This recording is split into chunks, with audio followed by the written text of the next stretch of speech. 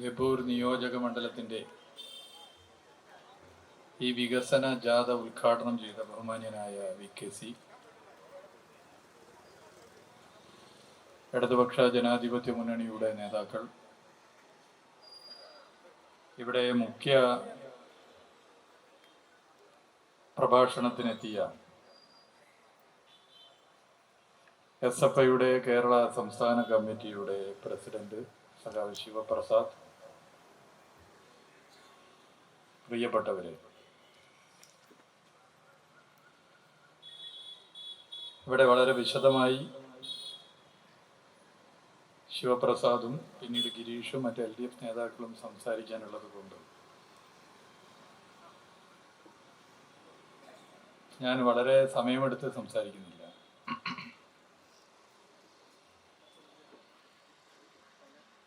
രണ്ടായിരത്തി 2016 മുമ്പുള്ള കേരളവും 2016 ശേഷമുള്ള കേരളവും ഒരു മാജിക് പോലുള്ള മാറ്റങ്ങൾ സ്വന്തം ജീവിതത്തിലെ അനുഭവങ്ങളിലൂടെ ജനങ്ങൾ തിരിച്ചറിഞ്ഞ നാളുകളാണ്.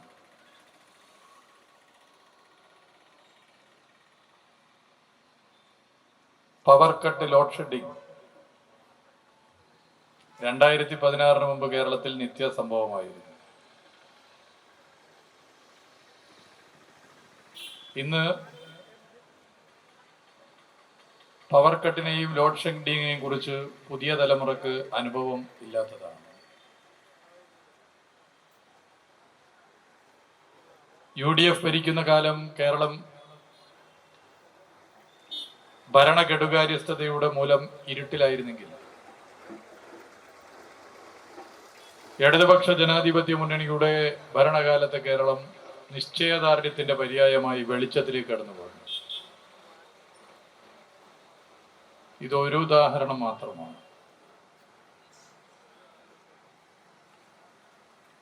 വികസനം അത് സമസ്ത മേഖലകളിലെയും ജനങ്ങളുടെ ജീവിതത്തിൽ അനുഭവമായി മാറുക എന്നുള്ളതാണ് ഏറ്റവും പ്രധാനം.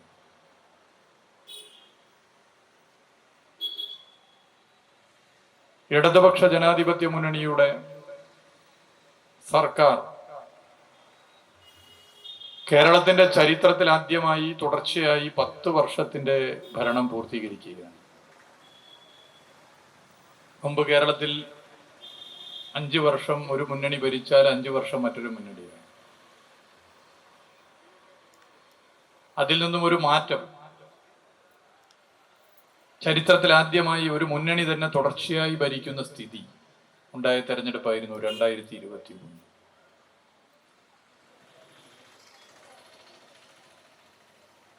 രണ്ടായിരത്തി 2021 നിയമസഭാ തെരഞ്ഞെടുപ്പിന്റെ സമയം ഇതേപോലെ ഒരു ജനുവരി മാസമൊക്കെ ഇടതുപക്ഷ പ്രസ്ഥാനങ്ങൾക്ക് നേരെ, ഇടതുപക്ഷ ഗവൺമെന്റിന് നേരെ വലിയ കൊടുങ്കാറ്റായി, വലിയ കുപ്രചരണങ്ങളുടെ നാളുകളായി. എന്തൊക്കെ ചർച്ചകളായിരുന്നു അന്ന് നടന്നത് എന്ന്, രൂക്ഷമായ കോവിഡിന്റെ സമയത്ത് പോലും സർക്കാരിന് ഒരു ഇളവും നൽകാതെ നടന്ന കുപ്രചരണങ്ങളുടെ നാളുകൾ നിങ്ങൾ ഓർത്തു. ഒരു ചാനലും ഇടതുപക്ഷ തുടർഭരണം വരുമെന്ന് റിപ്പോർട്ട് ചെയ്തു. ഞാൻ ഓർക്കുന്നു, ഈ ബേപ്പൂർ നിയോജക മണ്ഡലം 2021 നിയമസഭാ വോട്ടെടുപ്പ് കഴിഞ്ഞ ഒരു ചാനൽ പോളിംഗിന് ശേഷമുള്ള സർവേ, എക്സിറ്റ് പോൾ ഫലം പ്രഖ്യാപിച്ചു. ബേപ്പൂർ മണ്ഡലത്തിൽ വലിയ ശതമാനം വോട്ടിന് LDF സ്ഥാനാർത്ഥി പരാജയപ്പെടുന്നതായിരുന്നു ആ പ്രഖ്യാപനം. നിങ്ങൾ ഓർക്കുന്നുണ്ടല്ലോ.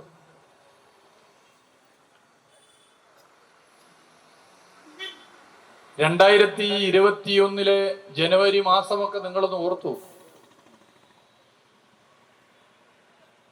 വലിയ നിലയിലേക്കുള്ള പ്രചരണം.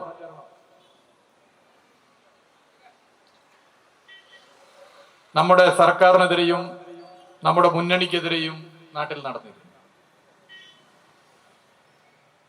കള്ളപ്രചരണം. അതുകൊണ്ട് തന്നെ 2021 തെരഞ്ഞെടുപ്പിന്റെ ഫലം കേരളത്തിന്റെ ചരിത്രത്തിൽ ആദ്യമായി ഒരു മുന്നണിയുടെ തുടർഭരണം ഉണ്ടായി എന്നുള്ളത് മാത്രമല്ല, 2021 തെരഞ്ഞെടുപ്പിന്റെ ഫലം കള്ളപ്രചരണങ്ങളുടെ സ്ഥാനം കേരളത്തിൽ ചവറ്റുകൊട്ടയിലാണെന്നുള്ള ജനങ്ങളുടെ പ്രഖ്യാപനം കൂടിയായിരുന്നു എന്നുള്ളതാണ് അതിൽ കാണേണ്ടത്. ഇപ്പൊ വീണ്ടും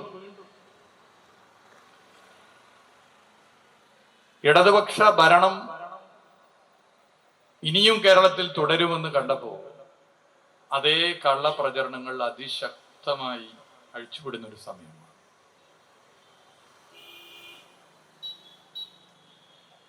LDF സർക്കാർ നടപ്പിലാക്കിയ കാര്യങ്ങളും LDF ഉയർത്തിപ്പിടിക്കുന്ന രാഷ്ട്രീയ നിലപാടുകൾ ജനങ്ങളിൽ എത്തിക്കാൻ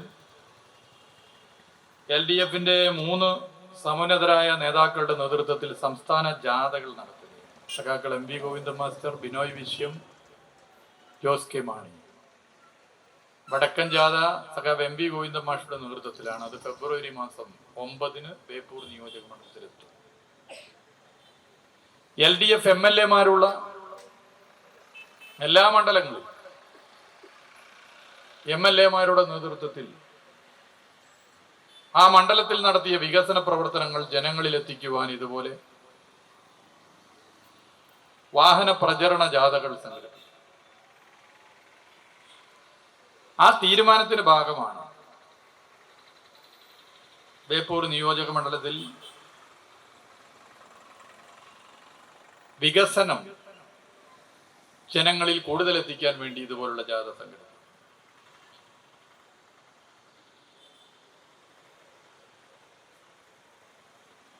LDF സർക്കാർ 2016 അധികാരത്തിൽ വന്നതിന് ശേഷം ബേപ്പൂർ നിയോജക മണ്ഡലത്തിൽ കഴിഞ്ഞ 10 വർഷം ഒട്ടേറെ വികസന പ്രവർത്തനങ്ങൾ നടന്നിട്ടുണ്ട്. എല്ലാ മേഖലകളിലും വികസന പ്രവർത്തനം നടന്നു. ഇവിടെ സംസാരിക്കുന്ന സഖാക്കൾ അത് സൂചിപ്പിച്ചു.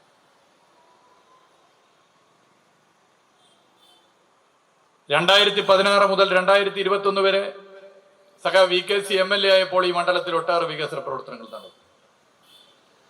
വീണ്ടും LDF സർക്കാർ വന്നു. അതിന്റെ തുടർച്ച എന്നോണം 2021-26 കാലഘട്ടത്തിലും ഒട്ടേറെ വികസന പ്രവർത്തനങ്ങൾ നടന്നു. അതിൽ കടലുണ്ടി ഗ്രാമപഞ്ചായത്ത് ജൈവ വൈവിധ്യത്തിന്റെയും ഗ്രാമീണ സൗന്ദര്യത്തിന്റെയും പ്രതീകമായ ഈ പ്രദേശം സർക്കാരിന്റെ പ്രത്യേക ശ്രദ്ധയുണ്ടായ കാലങ്ങളാണിത്.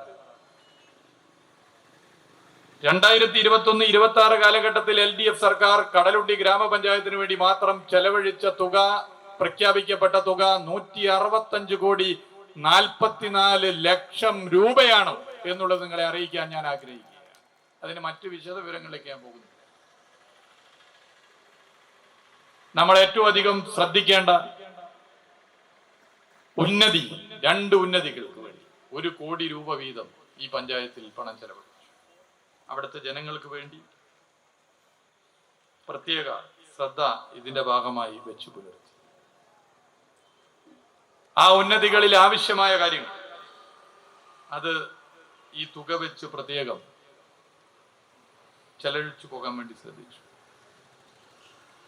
മത്സ്യഗ്രാമം ഉൾപ്പെടെ തീരദേശ മേഖലക്കും മത്സ്യത്തൊഴിലാളികൾക്ക് വേണ്ടിയും പ്രത്യേക ശ്രദ്ധ വെച്ച് പുലർത്തി. ഗ്രാമീണ റോഡുകൾക്ക് വേണ്ടി കൂടുതൽ തുക ചെലവഴിച്ചു. മറ്റ് പൊതുമരാമത്ത് വകുപ്പിന്റെ റോഡുകൾ BMNBC റോഡുകളായി മാറി. ടൂറിസം മേഖലയിൽ വലിയ മാറ്റം. അതൊരു ഓഷ്യാനിസ് ചാലിയ മാത്രമല്ല, പുറത്തുനിന്ന് ആളുകൾ കടലുണ്ടി ഗ്രാമപഞ്ചായത്തിലേക്ക് ഇങ്ങനെ വരികയാണ്. പുറത്തുനിന്ന് ആളുകൾ വരിക എന്ന് പറഞ്ഞാൽ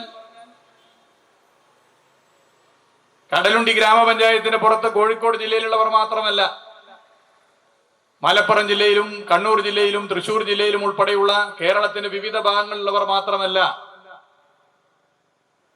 നമുക്കൊക്കെ സ്വകാര്യ അഹങ്കാരമായി വിശേഷിപ്പിക്കാവുന്ന സുനിത വില്യംസ് കടലുണ്ടി ഗ്രാമപഞ്ചായത്തിൽ വന്ന വിവരം നമുക്കൊക്കെ ഒരു അഭിമാനമായി കാണാൻ സാധിക്കുന്ന കാര്യം.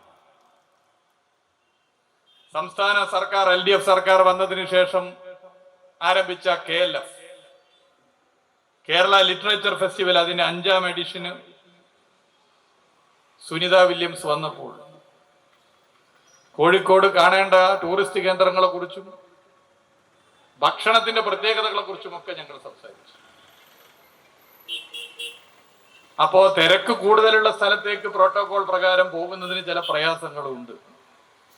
പിന്നെ അവരുടെ യാത്ര പരസ്യപ്പെടുത്തിയല്ല, വളരെ രഹസ്യമായിട്ടായിരിക്കും അവരുടെ യാത്ര.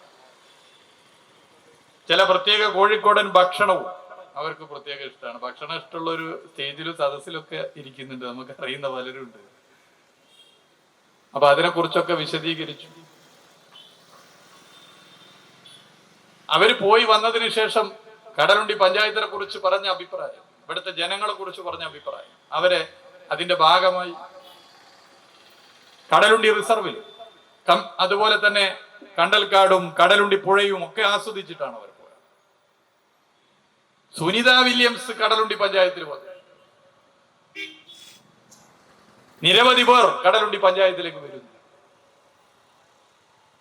പുറത്തുനിന്ന് ആളുകൾ കടലുണ്ടി ഗ്രാമപഞ്ചായത്ത് ആസ്വദിക്കാൻ വേണ്ടി വരുമ്പോൾ ഇവിടെ സാമ്പത്തികമായും സാമൂഹികമായും അഭിവൃദ്ധി ഉണ്ടാകും. എന്താണ് ടൂറിസം കൊണ്ട് ഗുണം?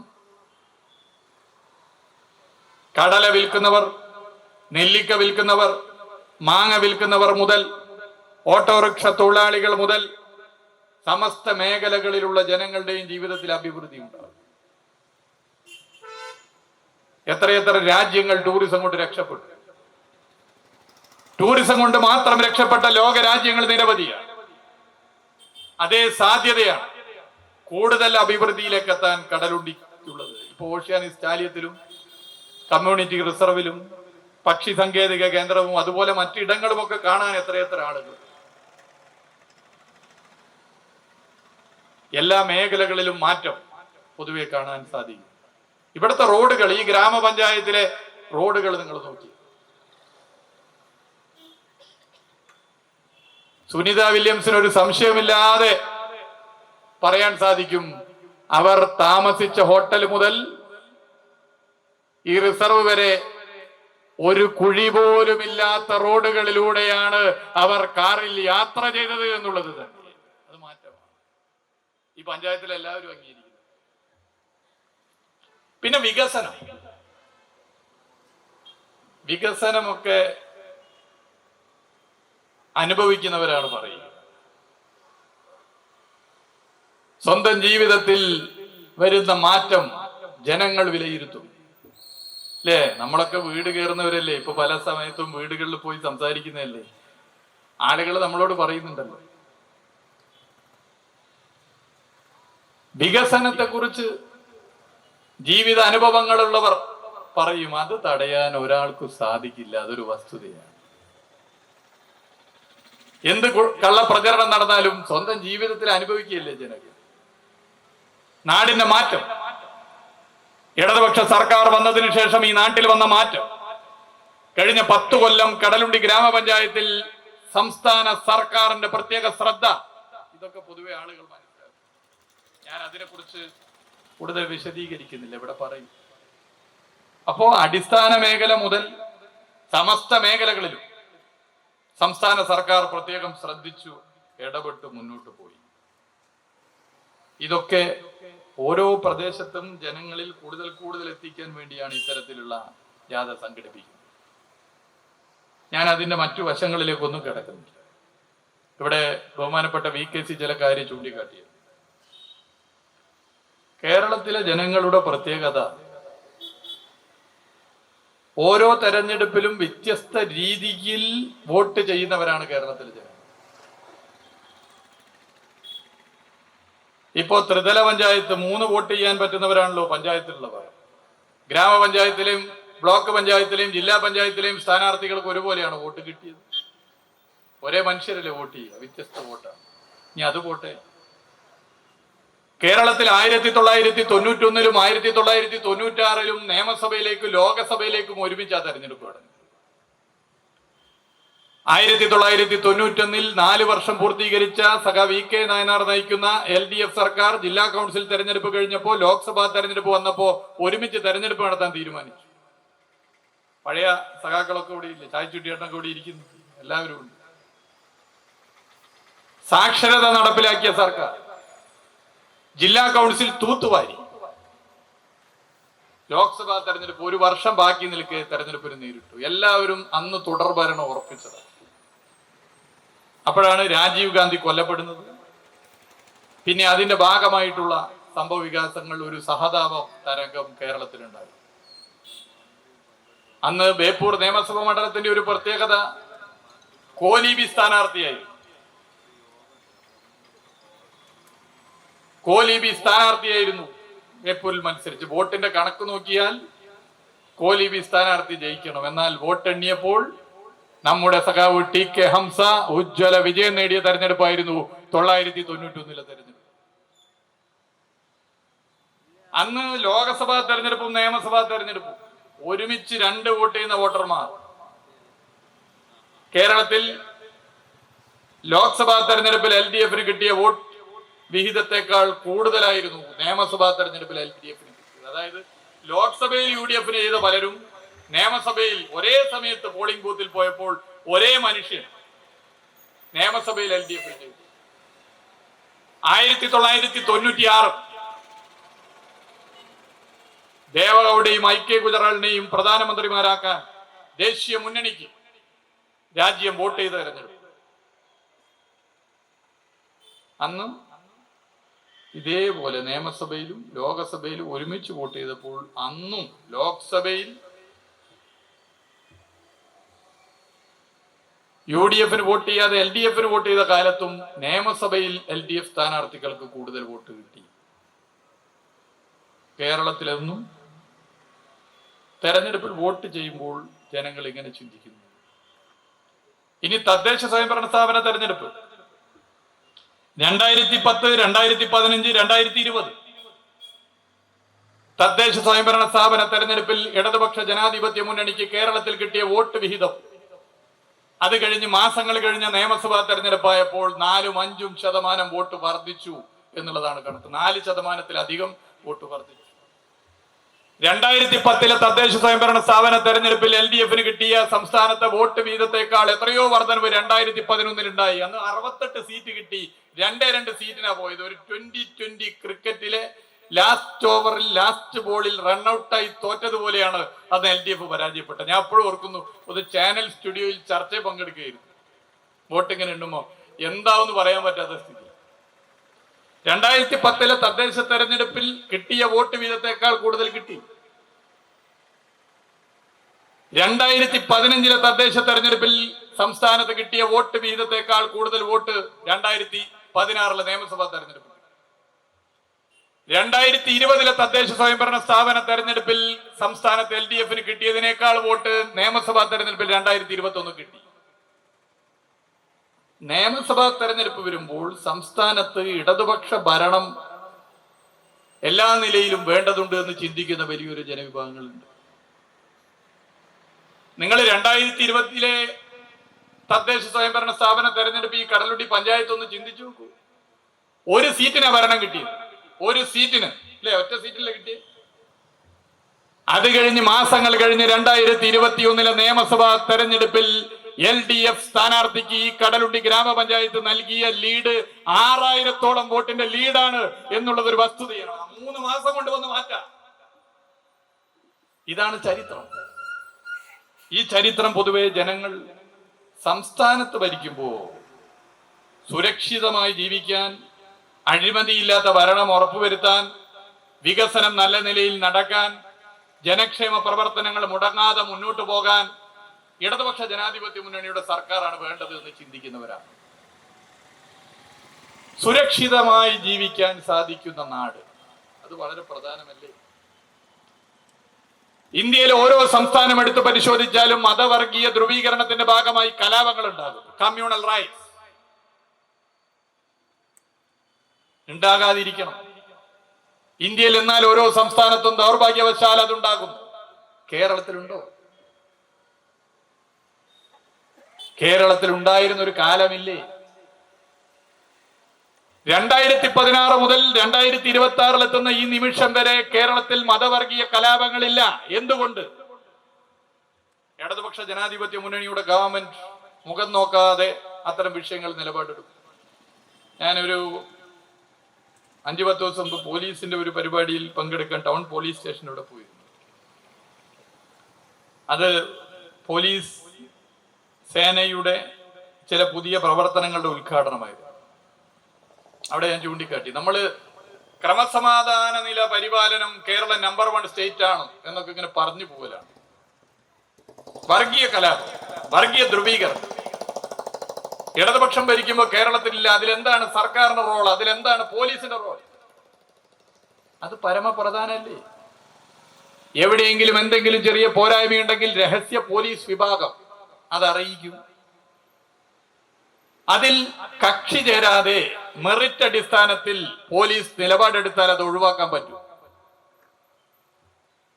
UDF കേരളത്തിൽ ഭരിക്കുമ്പോൾ ഇന്ത്യയിൽ ഇന്ന് മറ്റു സംസ്ഥാനങ്ങളിൽ നടക്കുന്നത് പോലെ പോലീസ് ഇത്തരം വിഷയങ്ങളിൽ കക്ഷി ചേരും. കർണാടകയിൽ നിങ്ങൾ കണ്ടില്ലേ, BJPയുടെ ഭരണം താഴെയിറക്കാൻ മതനിരപേക്ഷ മനസ്സുകൾ പോലും ആഗ്രഹിച്ച് കോൺഗ്രസിനെ അധികാരത്തിലെത്തിച്ചു. 3000 വീടുകളാ മതന്യൂനപക്ഷ വിഭാഗങ്ങളുടെ വീടുകൾ ബുൾഡോസർ കൊണ്ട് തകർത്തു. ഇന്ത്യയിൽ BJP ഭരിക്കുന്ന സംസ്ഥാനങ്ങൾക്ക് സമാനമായി കർണാടകയിൽ അത് നമ്മൾ കണ്ടു. കോൺഗ്രസും BJPയും ഭരിക്കുന്ന സംസ്ഥാനങ്ങൾ ഉൾപ്പെടെ വർഗീയ കലാപം ഉണ്ടാകുമ്പോൾ കേരളത്തിൽ 10 വർഷത്തിനിടയിൽ ഒരു വർഗീയ കലാപം പോലും ഉണ്ടാകാതിരിക്കാൻ കാരണം ഇടതുപക്ഷം ഭരിക്കുന്നു എന്നുള്ളത് തന്നെയാണ്. അതാണ് അതിന്റെ പ്രത്യേകത. പോലീസ് കക്ഷി ചേരില്ല, സർക്കാർ കക്ഷി ചേരില്ല, മെറിറ്റ് അടിസ്ഥാനത്തിൽ നിലപാടെടുക്കും, തെറ്റായ പ്രവണതകൾ അനുവദിക്കില്ല. അതാണ് പ്രത്യേകത. ഇത് പൊതുവെ ജനങ്ങൾ മനസ്സിലാക്കുന്നുണ്ട്. ജനങ്ങളിത് പൊതുവെ മനസ്സിലാക്കുന്നു. അതുകൊണ്ട് ക്രമസമാധാന പരിപാലനം ഭദ്രമാക്കണമെങ്കിൽ ഇത്തരം വിഷയങ്ങളിൽ ശരിയായ നിലപാടെടുക്കാൻ ഇടതുപക്ഷ ഗവൺമെന്റിനെ സാധിക്കുമെന്ന് പൊതുവെ ആളുകൾ കരുതുന്നു. 2021 നിയമസഭാ തെരഞ്ഞെടുപ്പ് കഴിഞ്ഞപ്പോൾ കോൺഗ്രസിന്റെ നേതൃത്വത്തിൽ ചിലർ വിലയിരുത്തി, ഇങ്ങനെ പോകാൻ പറ്റില്ല, നമ്മൾ നേതൃത്വം മാത്രം ചർച്ച ചെയ്ത് കാര്യങ്ങൾ തീരുമാനിച്ചാൽ പറ്റില്ല, ഒരു സ്പെഷ്യലിസ്റ്റിനെ കൊണ്ടുവരണം. അങ്ങനെയാണ് തെരഞ്ഞെടുപ്പ് കൺസൾട്ടന്റ് സുനിൽ കനകോലുവിനെ കൊണ്ടുവരുന്നത്. ഇപ്പൊ ഇടതുപക്ഷ പാർട്ടികളുണ്ട്, വിവിധ പാർട്ടികളുടെ നേതാക്കന്മാരാണ് ഈ സ്റ്റേജിൽ ഇരിക്കുന്നത്, സദസ്സിലുണ്ട്. ഇടതുപക്ഷ പാർട്ടികളുടെ നിലപാടുകൾ തീരുമാനിക്കുക അതിന് നേതൃത്വമല്ലേ, സംസ്ഥാന നേതൃത്വമല്ലേ ഇവിടെ തീരുമാനിക്കുക, അല്ലെങ്കിൽ ദേശീയ നേതൃത്വമല്ലേ? എന്നാൽ കോൺഗ്രസ് UDF എന്ത് ചെയ്യണമെന്ന് സുനിൽ കനകോലു തീരുമാനിക്കുക നിശ്ചയിച്ചു. അങ്ങനെ കനകോലു തീരുമാനിച്ചു.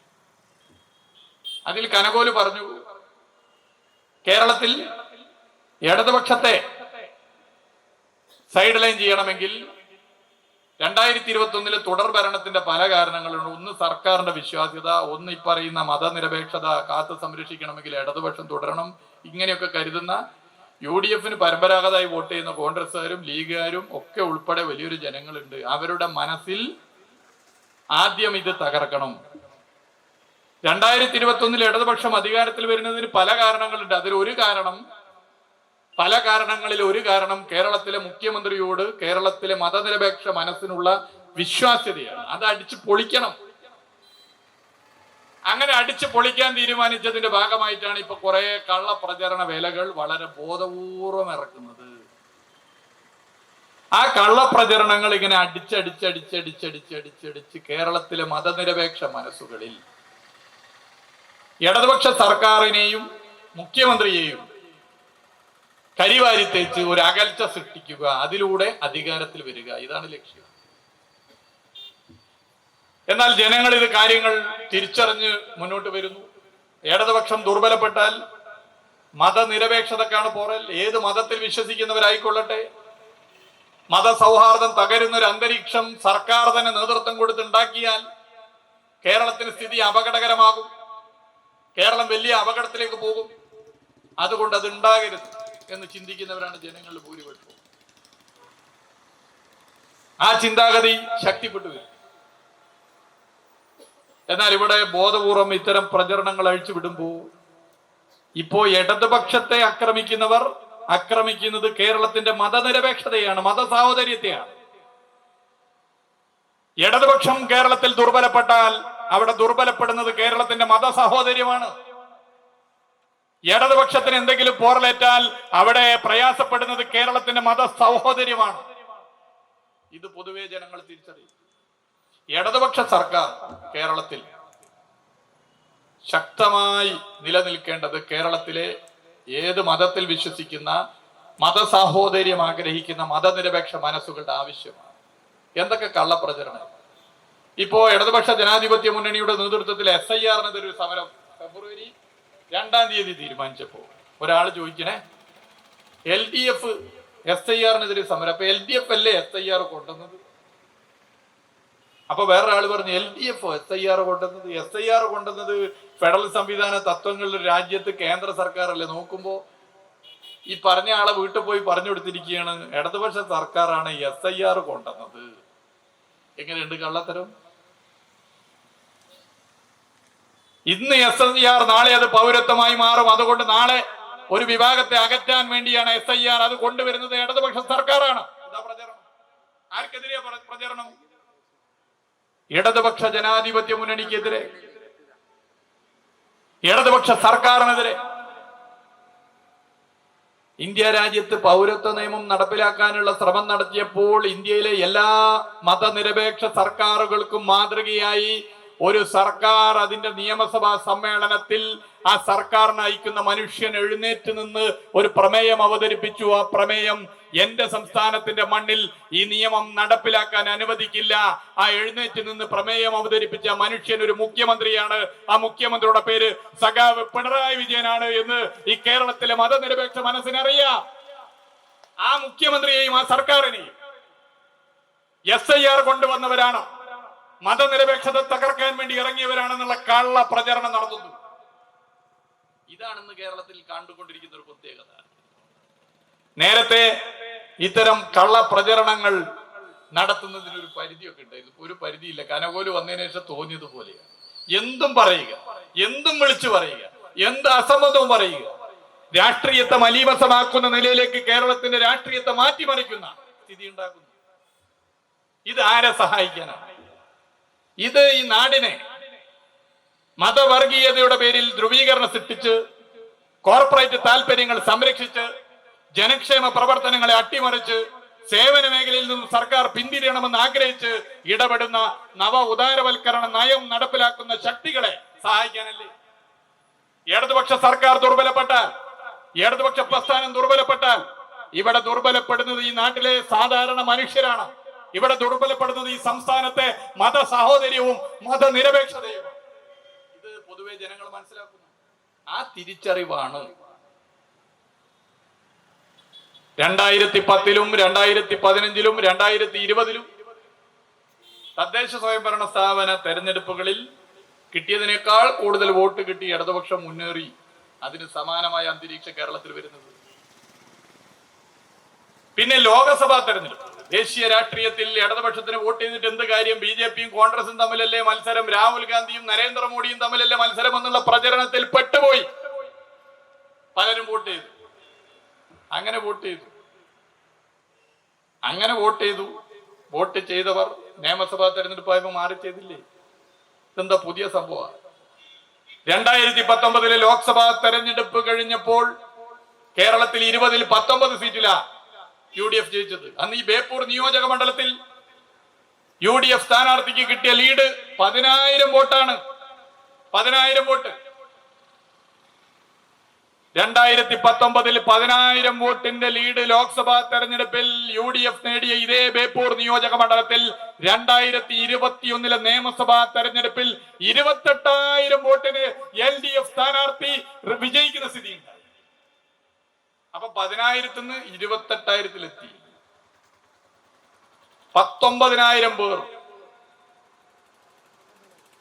ലോക്സഭാ തെരഞ്ഞെടുപ്പിൽ UDF-ന് വോട്ട് ചെയ്ത 19,000 പേർ നിയമസഭാ തെരഞ്ഞെടുപ്പിൽ LDF-ന് വോട്ട് ചെയ്തു. 19,000 പേർ. ഒരു ബൂത്തിൽ എത്രയുണ്ട്? 100-ലധികം പേർ. ഇതാണ് മലയാളി. അത് ഒരു തരത്തിലും ഒരു പ്രയാസവും സൃഷ്ടിക്കാൻ നമുക്ക് പറ്റും. അത് തീർച്ചയായും നിങ്ങൾക്ക് സാധിക്കുന്ന നില ഉണ്ടാകണം എന്ന് മാത്രം ചൂണ്ടിക്കാട്ടിക്കൊണ്ട് ഈ ജാഥാ പരിപാടിയെ സ്വീകരിച്ച എല്ലാവരെയും പ്രത്യേകം ഹൃദയത്തോട് ചേർത്ത് പിടിച്ച് അഭിവാദ്യം ചെയ്തുകൊണ്ട് നിർത്തുന്നു. എല്ലാവർക്കും അഭിവാദ്യം.